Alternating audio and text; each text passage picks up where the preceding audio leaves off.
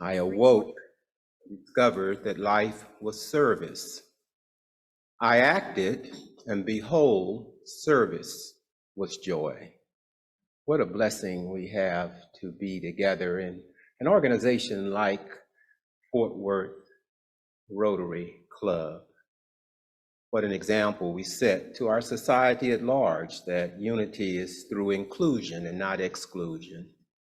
What a blessing to be among people of like mind. Let us pray. Our Heavenly Father, we give thanks that we are gathered today. We beseech the abiding presence of the Holy Spirit to dwell among us. Let us strip the facades away that separate us, and let us unite and to relate to each other in the similarities that inhibit us or from acting as we should, but that will bring us together and bond us in the way that we would like. Bless this meeting, bless those who will speak, bless this food, these petitions, these supplications, we ask in the name of our Lord and Savior, Jesus Christ. Amen.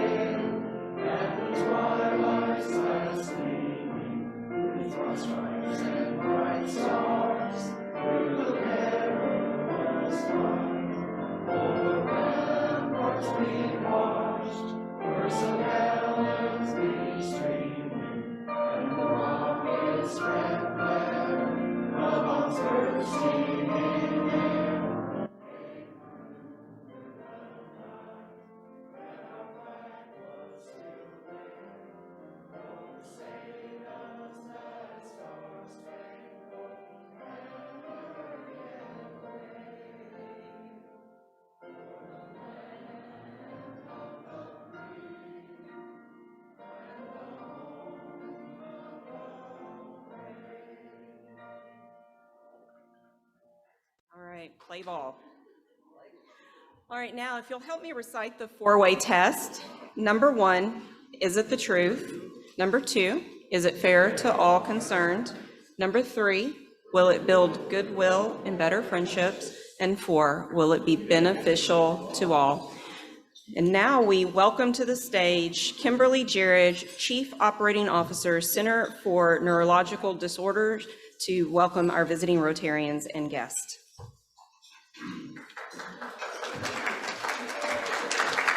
Thank you, President Courtney. We want to welcome everyone on Zoom and our visitors here in person. So let's welcome Matthew Sylvia, guest of Carlo Capua.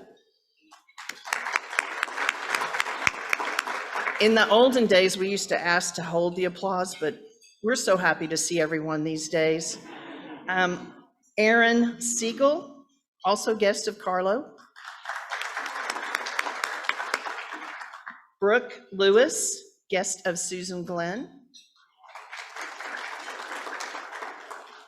Dexter Hickman with Rotary over there. Greg Simmons, guest of Laura Pryor over there. Victoria Hancock, guest of Blair Hancock over here. Amethyst Sloan, guest of Jared Sloan, right here, welcome. Matt Jacobs, guest of Jason Ray. David Chikotsky, guest of Carlo Capua. And Jasmine Gutierrez, guest of Rebecca Montgomery. Thank you, welcome, thank you for coming. Thank you, Kim.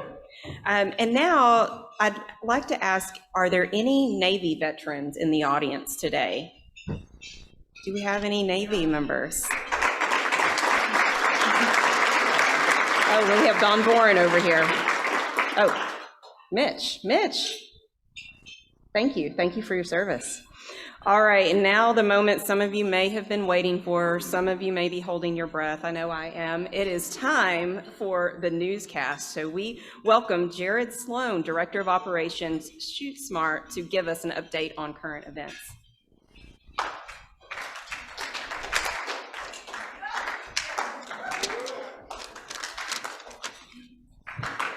Thank you, as always, a rousing welcome. Feels almost as good as a third place finish in a local election. I admit I had a little coaching to get ready. First piece of advice I received was stay away from the vaccine. I thought, hey, that's what Fox News says. In world news, the Wall Street Journal's front page included the following headline this week: Taliban unveils new government. I'm not sure that's quite right.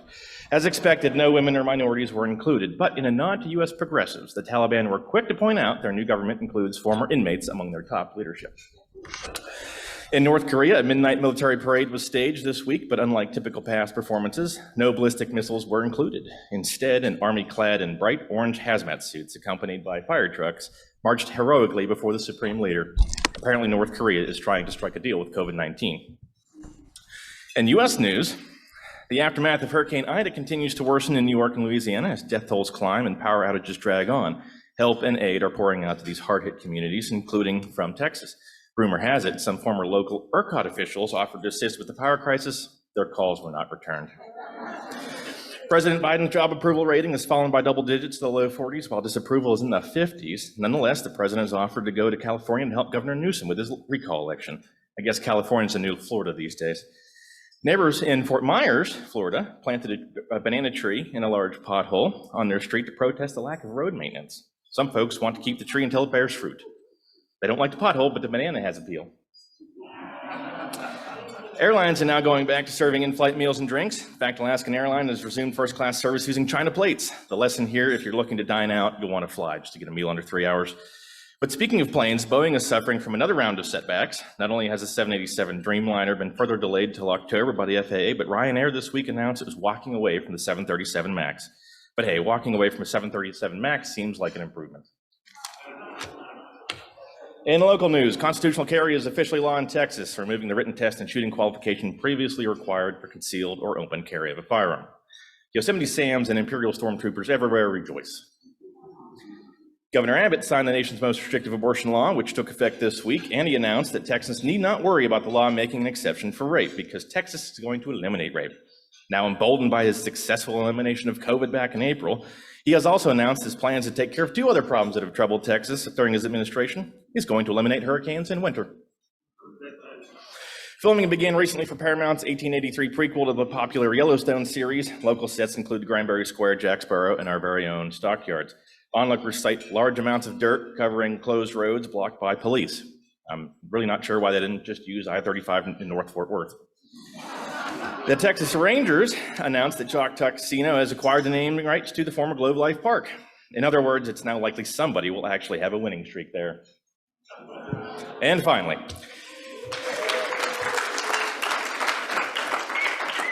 Yingling Beer made a big splash in Texas recently. You know, it's from Pennsylvania. I'm from Pennsylvania.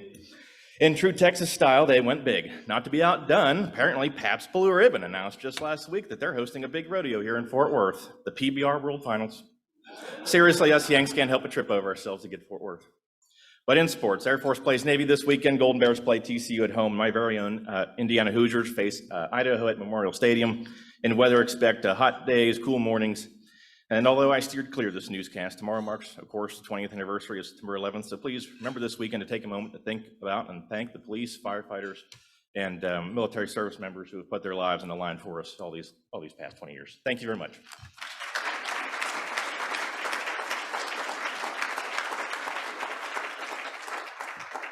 Thank you, Jared. And now for our announcements, I welcome Richard Knight, Vice President and COO, Knight Waste Services, for an update on our Habitat for Humanity project.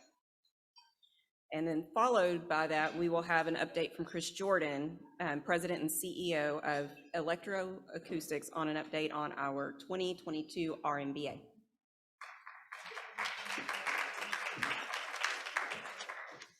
There's no way I'm going to be as good as that newscast, that's for sure, or as funny. So, would you guys like to know what endears me the most about this particular club since I became a member? I'll tell you. Thank you. The varied opportunities for fellowship and putting the four-way test into practical action. How do I mean, you ask? Well, time spent at Grace, Silverleaf, the Harper, Tiny's Rooftop Bar. Actually, that's a different type of fellowship, I'm sorry. But seriously though, I think I may have found a new spot that more of us can enjoy and actually give back to the community, so much so that I've made a standing reservation for 24 of us to attend. Where is it, you ask? It's at 940 East Myrtle Street in the Hillside Park area. Our reservation is for October the 9th. Now, if you're not familiar with any restaurants or bars in that area, it's kind of because I didn't say it was a restaurant or a bar. There's actually a little bit of a catch involved. So, Tom, if you would cue the slide. We're going to help build a house for the Habitat of Humanities. We're going to assist the Aguilar family, who's a single mother that works for Fort Worth ISD, and her son build a home. Again, the date is October 9th from 7 to 3. I need 24 volunteers. Any skill level is acceptable. There will be professionals on hand to assist us. Lunch and drinks will be provided.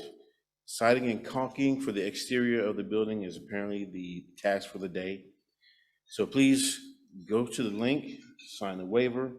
I'll be in the back after the meeting to assist with signups. If you would, again, join me and the Community Service Committee in having some sweaty good fun and giving back to our community. Thank you.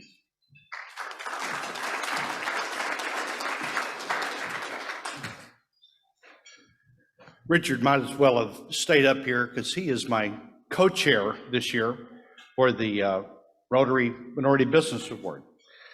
So last year, this event was just a huge success. In fact, the room was packed out all the way back to the back. It was the biggest event that we had last year. So we are going to do it again this year.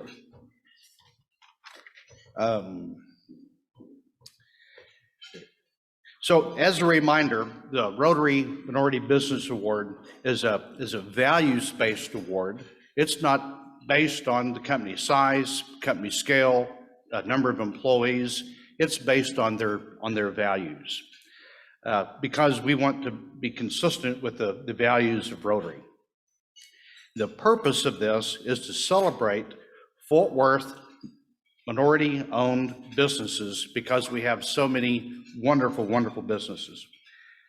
Last year, we had 80 nominations, we had 32 applications, and we had 5 finalists. Those finalists were Evolving Texas, Carpenters Cafe, Burn Construction, TGL, and Postel Group. Now, it's time to celebrate this year's amazing minority businesses. So it is time to let the nominations begin. Yay! So to qualify, the business must be a Fort Worth-based minority-owned business. It needs to have at least 51% minority ownership, and self-nominations are accepted, or you can nominate your favorite minority business. The timeline, nominations start today. It will accept nominations until December 31st, and then the applications that are completely in for judging need to be complete by January 15th. And on April 22nd, we're going to have the awards ceremony, and Mayor Maddie will come again and do the awards. So it's time to promote businesses. We're going to be sending a link to everyone. I think this will probably come out in Courtney's 3 things. We may send it separately also, but there'll be a link that you click on, and in that link will be everything you've seen on this PowerPoint presentation with all the information. We'll also have that on the Rotary Fort Worth Club website, and we'll have it on social media. And there's a QR code that's part of that. So if you'll click on the QR code or take a picture of it with your phone, that will take you to the nomination page. So you can take this link that we're going to send out and you can send that link to any business. They click on the QR code and they can fill out the online nomination form. Does that make sense? And then so last year we had 85. We would like to have 125, 130 nominations this year. So get really, really busy. In addition to nominations, we need sponsors again. Bank of Texas has already said that they're going to be the four-way sponsor again, and we've got room for more than that. Yay. UTA is going to come back. Electroacoustics is going to come back. And hope everybody that's up here will return as a sponsor again. And then finally, like I said, Richard Knight is our co-chair, and he'll be in charge of it next year. Mark Maurer is in charge of sponsorships. Michael Woolman for promotions, who put all this together. Adrian Galvan will be in charge of judging. Annette Linderos is in charge of community outreach. Katrina Carpenter, who was one of the winners last year, is going to be in charge of the award ceremony. Nathan's going to do videos again. And President Courtney, of course, is our champion. So thank you very much, and get those nominations coming.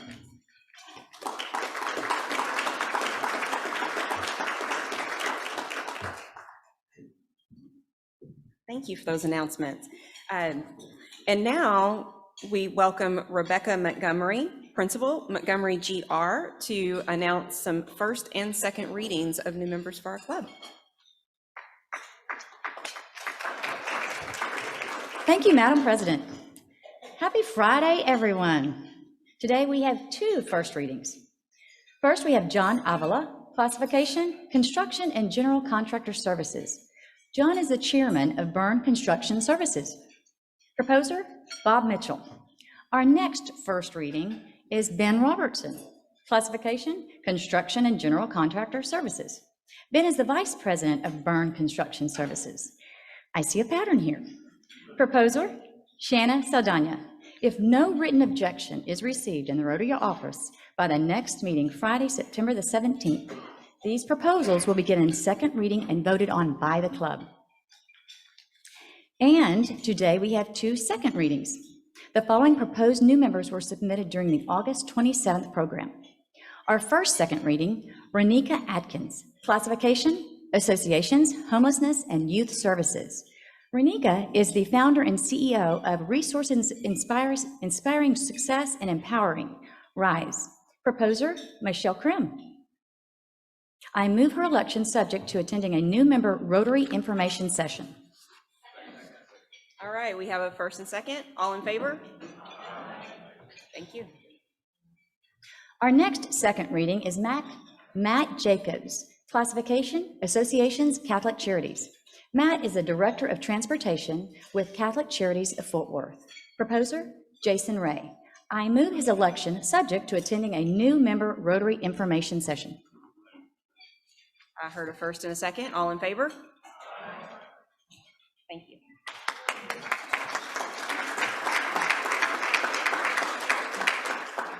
And now we have a special honorary member second reading. We have Miss Opal Lee, social impact leader and author, for a second reading for membership to our club. I will entertain a motion. All right, I heard a first and second. All in favor? All right, thank you.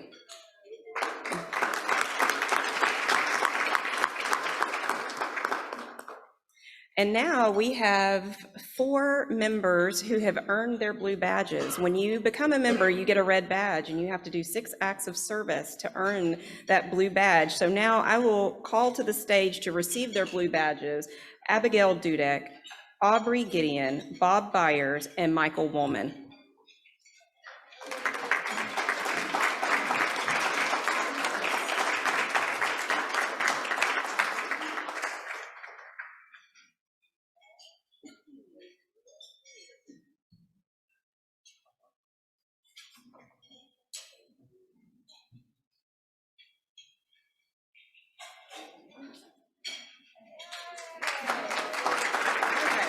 So So I got three of the four. We got a couple others that will get their badges.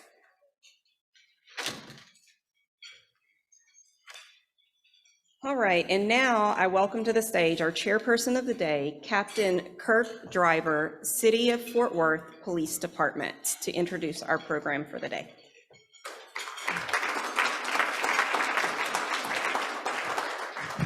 Thank you. Really need to update that picture. All right. So Don Click initially was supposed to do this, but last minute he got an opportunity to go to the mountains and cool off, so asked me to stand in. So here we go. I'm here this afternoon now to represent Captain Rudy Lyko, Jr., United States Navy retired. Captain Rudy is from Dallas. Is Captain Rudy okay? All right. Graduated in 1984 from Texas A&M University. There it is. With a bachelor's in science and computer science. In that same year, in December, he was commissioned as an ensign through the Naval Reserve Officer Training Corps, NROTC. His initial fleet assignment was a USS Moosebrugger, serving as damage control assistant and combat information center officer. His follow-on sea tours were with the USS Moynister, is that right? Moynister, as a combat systems officer. The Comderon 1, there's a whole bunch of these in here. I'm going to move forward through those if you don't mind. Basically, he had how many assignments, different ships? 10, 12? 3 ships and a destroyer squadron. So that cuts the first half of that. Captain Lyko successfully completed his final tour of duty in August 2014 as commanding officer of Naval Operations Support Center, Norfolk, Virginia, the Navy's largest reserve center.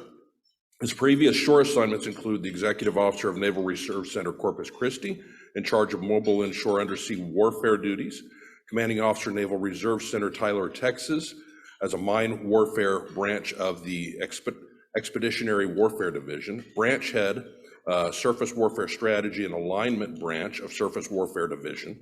He earned a master's in Business Administration and master's in Computer Science from Texas A&M University. Corpus Christi, he attended the Naval Postgraduate School where he received a Computer System Management subspecialty designation. Also earned a master's degree in Strategic Resource Management from the Industrial College of the Armed Forces, National Defense University. He is a graduate of the Navy Correspondence Business course from Naval Postgraduate School. He has earned his Chief Information Officer certification and Information Assurance certification from the National Defense University Information Resource Management College. Well, that's a mouthful. Captain Lyko faithfully served the Navy for 30 years. His personal decorations include the Legion of Merit with 3 gold stars, Meritorious Service Medal with 3 gold stars, Navy and Marine Corps Commendation Medal, 2 gold stars, and the Navy and Marine Corps Achievement Medal with 1 gold star. Captain Lyko is the CEO and founder of Lyko TX Services, providing mentorship to transitioning veterans in Texas, serving as president of the board of directors for the USS Fort Worth Support Committee nonprofit organization. Ladies and gentlemen, please help me welcome to the stage Captain Lyko.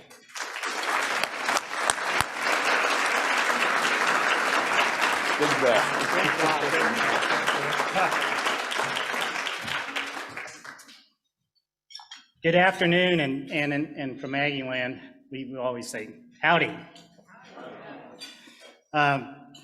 It's a great pleasure of mine to be here today. I want to thank Kirk and a special shout out to Jim Parr and the Military and Veterans Committee for inviting me today. Now, we initially had planned to have the ship captain and the crew come visit us this week, but we had gotten word there was a schedule change in operations, and so they're pretty busy this week and getting ready to do some special testing. So we're hoping that we can bring them back here during the Fort Worth Stock Show in January. So hopefully we'll be able to bring them back and for a future visit. So today, I'm going to share with you, we were able to get active duty perspective and then in a personal veteran perspective of Patriots Day. 20 years later. Back in December of 2001, Congress designated September 11th as Patriots' Day. And by public law, Congress also said observance of September 11th as an annually recognized National Day of Service and Remembrance. So why do I'm retired, why do I serve today? It goes back to, for me personally, it's family service. My father left his family when he was 18 and joined the Navy. And he came over and retired after 20 years. On my mother's side, my grandfather served in World War II. He was a Bataan Death March survivor. He was a POW, and he was served in the Army for 30 years. You know, and I asked my grandfather, I says, thank you. I asked my grandfather, why don't you ever talk about what happened? He looked at me and said, you know, I was a younger kid, and I always remember that. He said, you don't need to know, you just need to make something of yourself.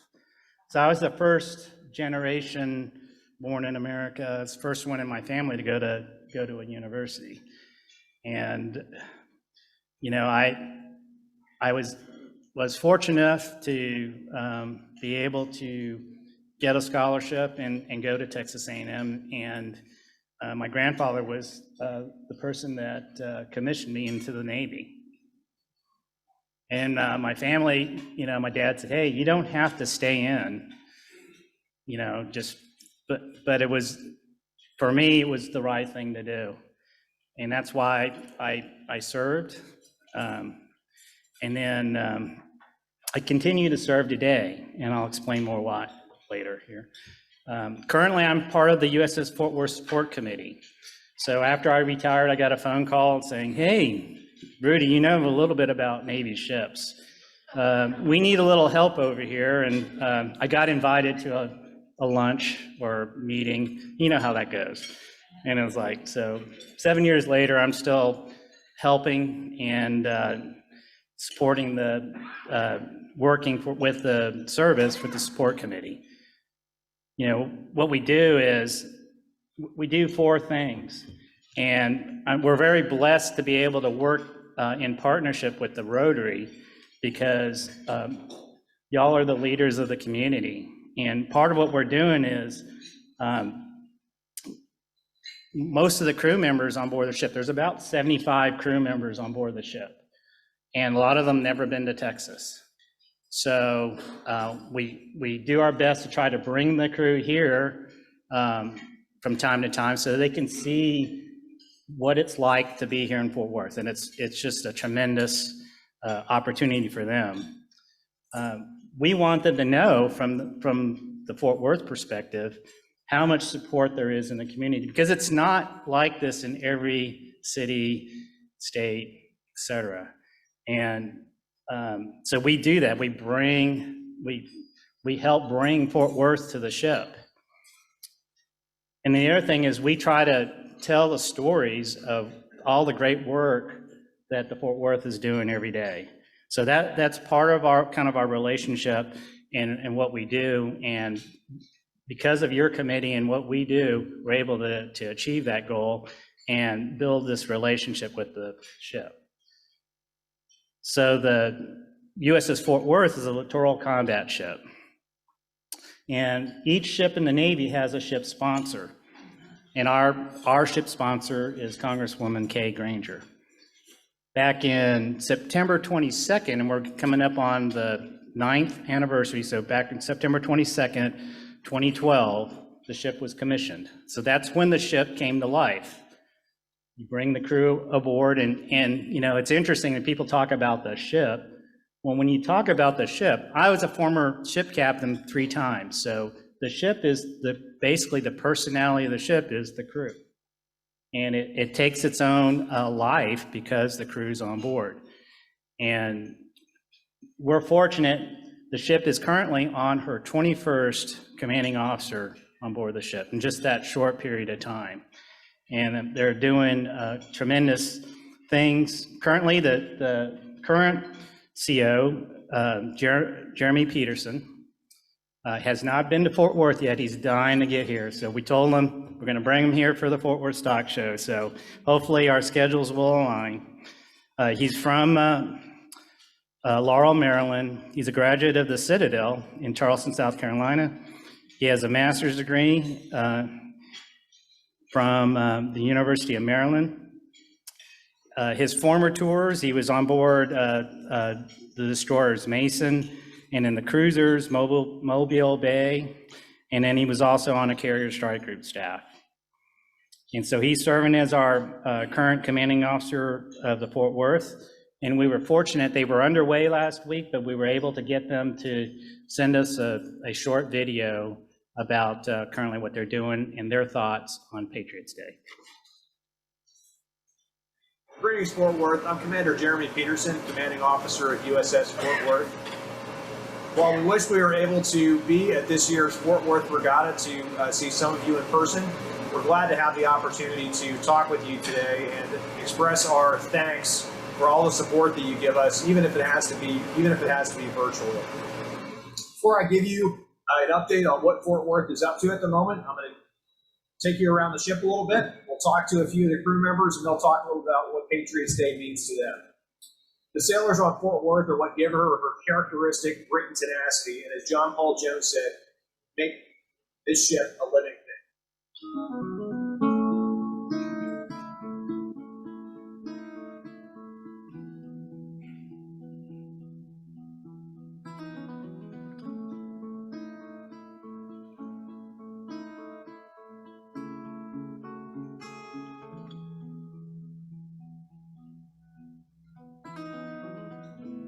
I've always kind of been leaning towards joining the military.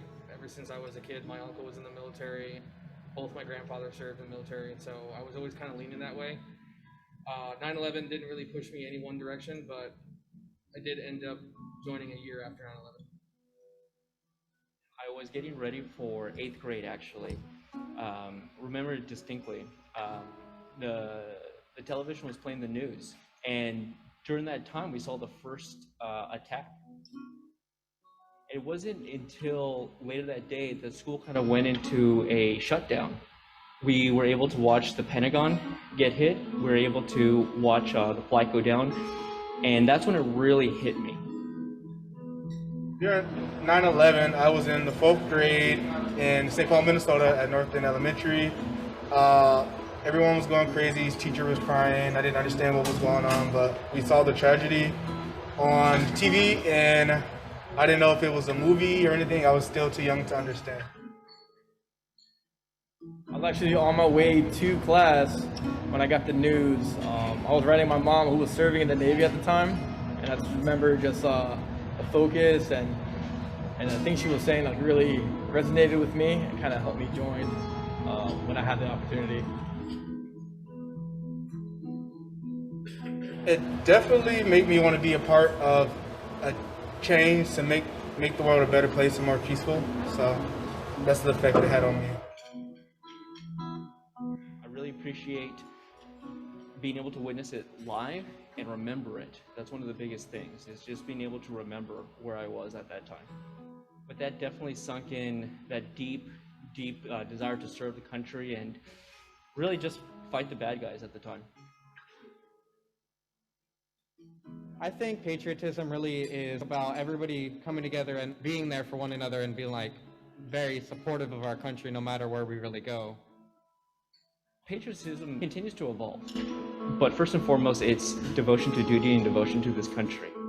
It's evolved into more of a love for everything that it's been able to offer me, offer my family.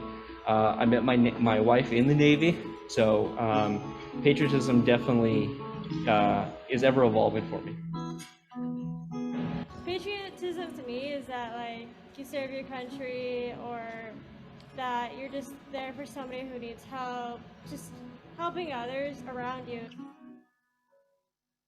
I spent half my career with the Marines before I came to Fort Worth, and so I have served in Iraq and I have served in Afghanistan.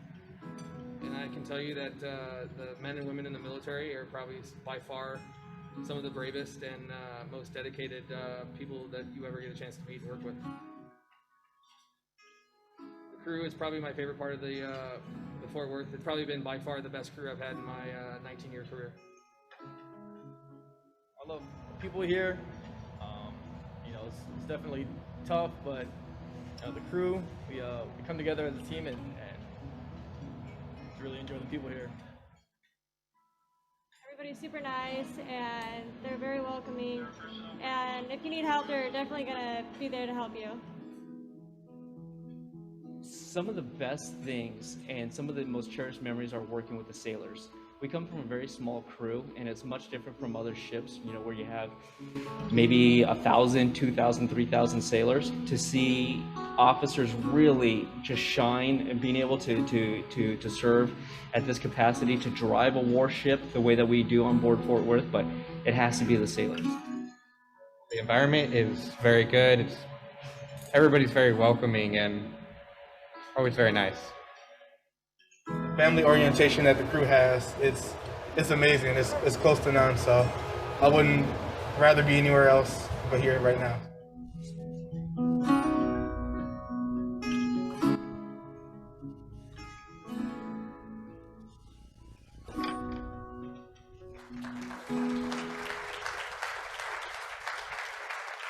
Serving alongside such fantastic Americans is one of my greatest honors. The city of Fort Worth and the nation should be proud to have sailors like this to represent us. So let me talk a little bit more about what these sailors are doing and what their ship is doing. My primary focus right now is on testing the new littoral combat ship anti-submarine warfare mission package. This is a system with a cutting-edge sonar that can listen to sound deep under the water. It will be huge, not just for littoral combat ships, but for the Navy as a whole, as it's also going to go on the FFG-62 Constellation class or Connie class frigates. Along with supporting testing for the system, the sailors on the ship, and especially our sonar technicians, are on the ground floor of developing cutting-edge tactics for using this system. Testing the system is a whole ship effort that requires support not just from our ship, but really from the entire waterfront and the Navy's technical community, as we have many scientific and developmental centers on board looking to fine-tune the system to make sure that it's ready for the flight.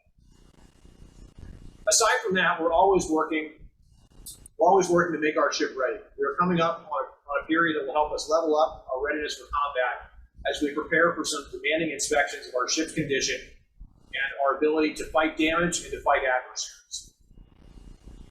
It is a challenging time, but our sailors and our ship are up to the test. We'll also have other opportunities to help sharpen the skills of other ships that are headed out on deployment here in the near future. Everything we do on this ship, in the LCS community, the Navy as a whole, we do as a team. We treasured our connection to our namesake city. Patriots Day is a special opportunity to reflect on why our country is great and why we fight to defend it. The spirit of Fort Worth represents so much of what is special about our nation. Thank you for all you do to make our sailors feel valued for their contributions to their country and for the sacrifices that they make on a daily basis. We look forward to seeing you soon.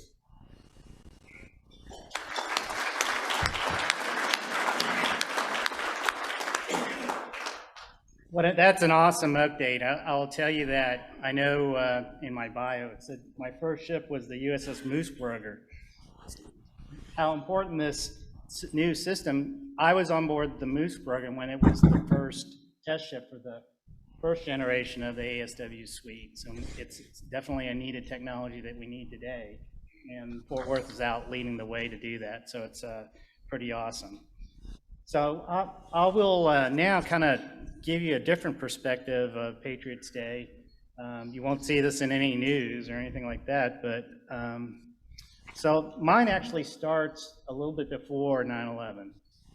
So I was the commanding officer of a minesweeper, and we were forward deployed in Bahrain in the Persian Gulf. And so on the morning of October 12th, 2000, I was on the base, and I walked out of the kind of the grocery store that we had on the base. And I walked out and you saw the Marines. They were all running out of their buildings. They were manning up the 50 cal machine guns. And I was like, what is going on? And I get a phone call. My cell phone rings. And it's my executive officer. And he said, sir, you need to come to the ship.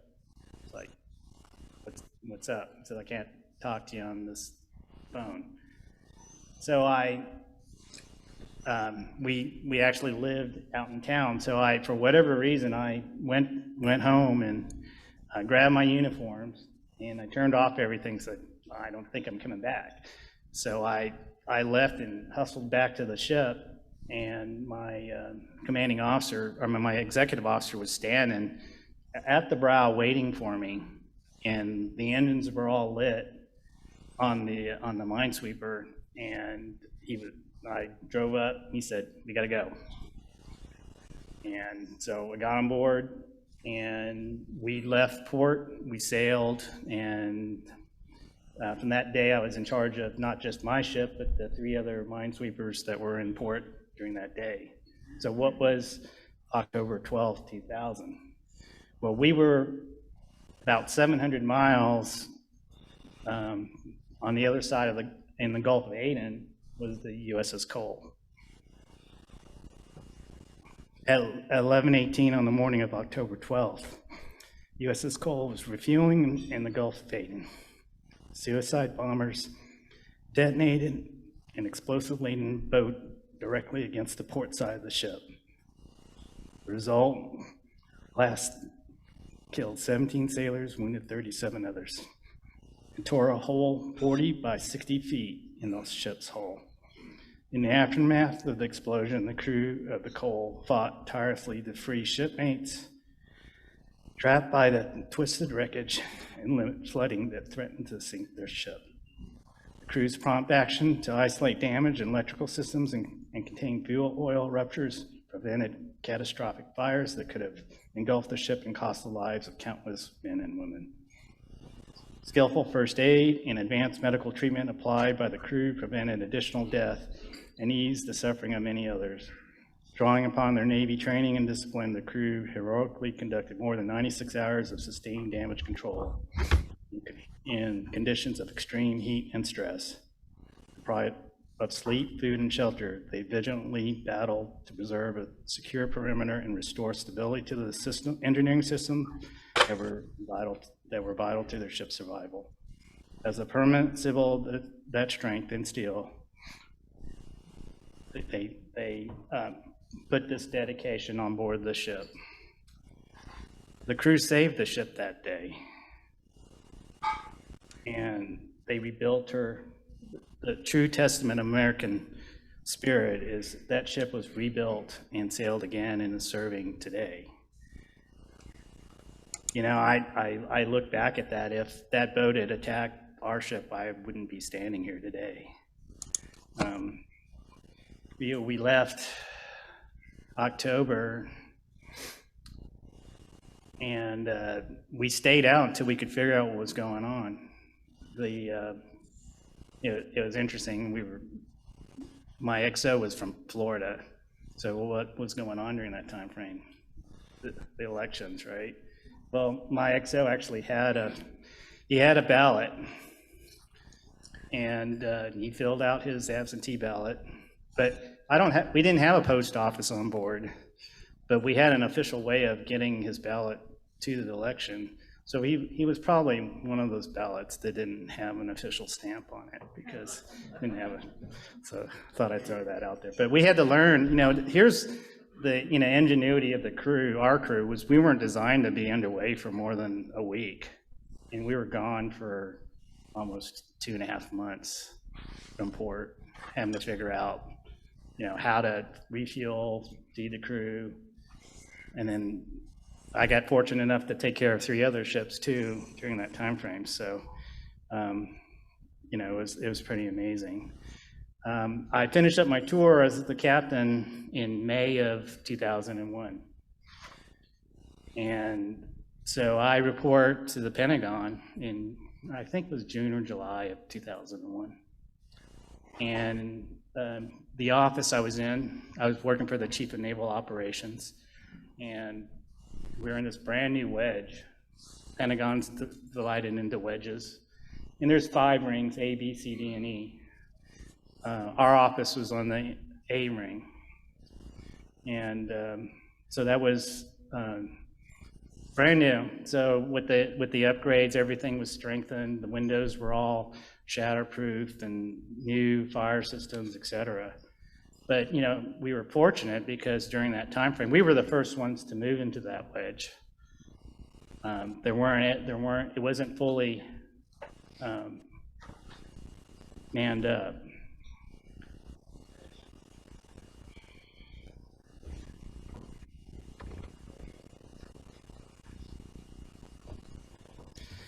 So the morning of September 11th, I was like, once again fortunate because we were in a meeting, not in the Pentagon that day.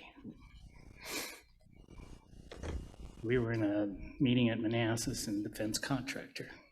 But so from the events of that day, you know, took place. Sorry, this is hard. And during that day, what happened was we lost 184 lives. There were men, women, and children. There were mothers and fathers, husbands and wives, sisters and brothers, daughters and sons, and all walks of life, including the military.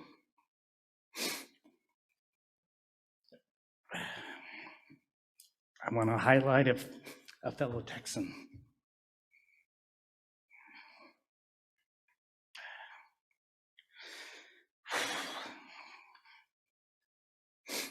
That Friday before, about 9 o'clock.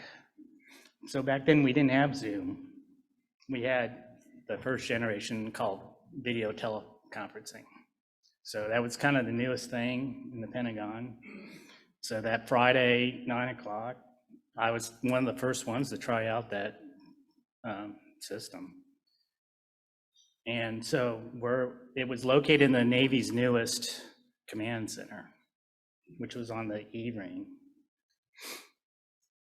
And I got to meet a petty officer. His name was Electronic Technician 3rd Class, Daniel Caballero. He's from Houston, Texas. And I tell you, he was a great sailor, smiling. Whatever I can do to set this up for you, sir, we did it. We got it done. Had my meeting, got to test it out. Well, this command center was where the Navy sent, when something happened. As we know what happened that morning, they were all gathered in that E ring, and Petty Officer Caballero was the one of the sailors that was killed that day. I will tell you that, the American spirit was great too, because it took them 3 years to build that wedge. And within 1 year, they rebuilt that wedge, and we were back in the Pentagon doing what we needed to do. If you ever go to the Pentagon, each corridor, there's a kind of museum, different from all the different wars, but the one in our corridor had a special one for 9/11. There was certainly an outpouring from everyone in America, and there's a lot of artifacts that are there, and if you want to get to know some of the folks that were killed that day, they have a tribute. And I mean, that's what Patriots Day is about. It's just taking the time to remember, the oath that the military has given to support and defend the Constitution of the United States against enemies, foreign and domestic. And there were civilians that died that day so why do I serve and why do I continue to serve? Because if there's anything that I can do to help a sailor do their job better, then I will do that. And I will tell you that you can do that too, and you are doing that by just the little things that we do every month for the crew, especially now during the time of COVID. It's different. But I will tell you, everything that they get, they love it. And if you got the theme about what the culture is like in Fort Worth, you don't have to look very far because it's the same as the culture in here. And you brought that to them. And they're proud of being, they may not be from Texas, but they're proud of representing us. So I don't know, probably went short now, probably okay, but I'm willing to take a few questions if you have any. I'll do my best to answer. Yes.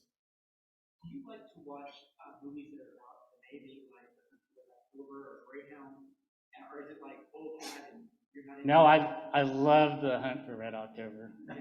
So, I mean, if you go back to my days and when I was a young officer and what we were doing, looking for subs and Russians and all that, we did that. I mean, that was my first tour. We chased Russian submarines for 6 months in the Mediterranean. Oh yeah. And all that stuff about them, I remember being on watch, and my captain, he was an old salt, and he'd come up, he'd look at the charts, and then I says, "What are you looking at, Captain?" He says, "Oh, I'm looking to see where we're going to be at in a couple of days." And he goes, "What are you looking for?" And he said, "I'm looking for this pinnacle." What's a pinnacle? It's this thing that, the subs use that for marking, where they're going. And no kidding, like 3 days later, we're right at that same spot. So, there's a lot of things like that. And, so I do like to watch those kind of movies. But I will tell you that our sailors are living, what they're doing now and learning how to use this. The submarines are quieter, they're faster, there's a lot more of them. And so this technology is needed. And the Fort Worth is leading the way on how to use this new equipment. It's awesome. What else? Yes.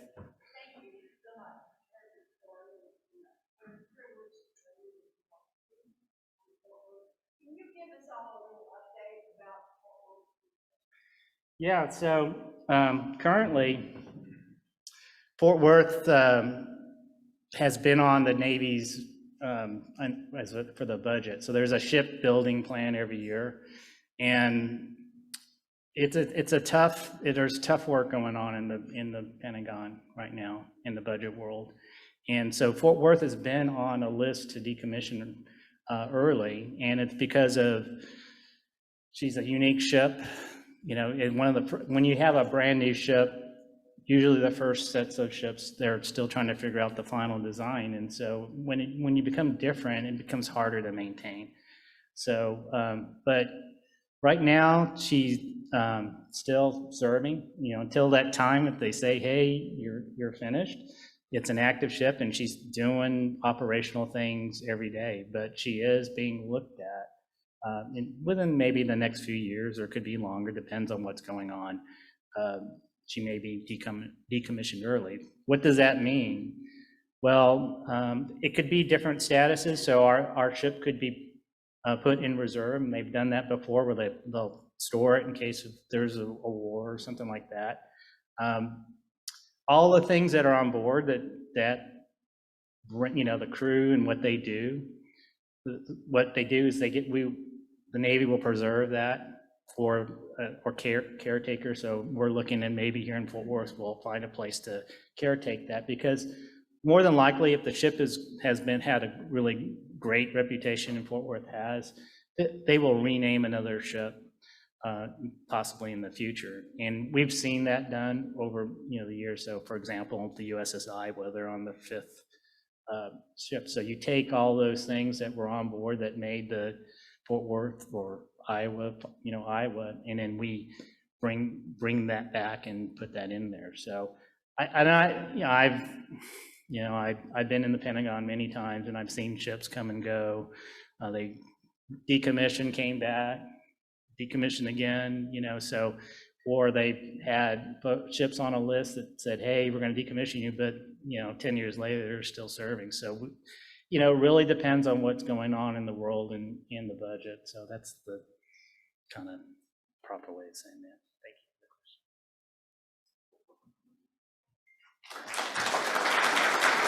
Thank you very much. We appreciate you being here. This is a small token of our appreciation. Thank you. Thank you.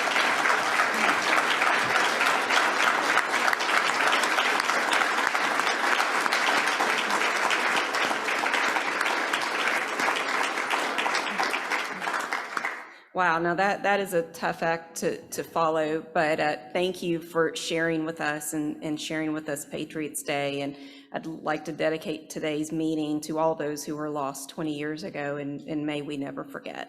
Thank you. Couple closing announcements before we're done here. If you would like to sponsor a meeting, contact Mark Maurer and you can be a meeting sponsor.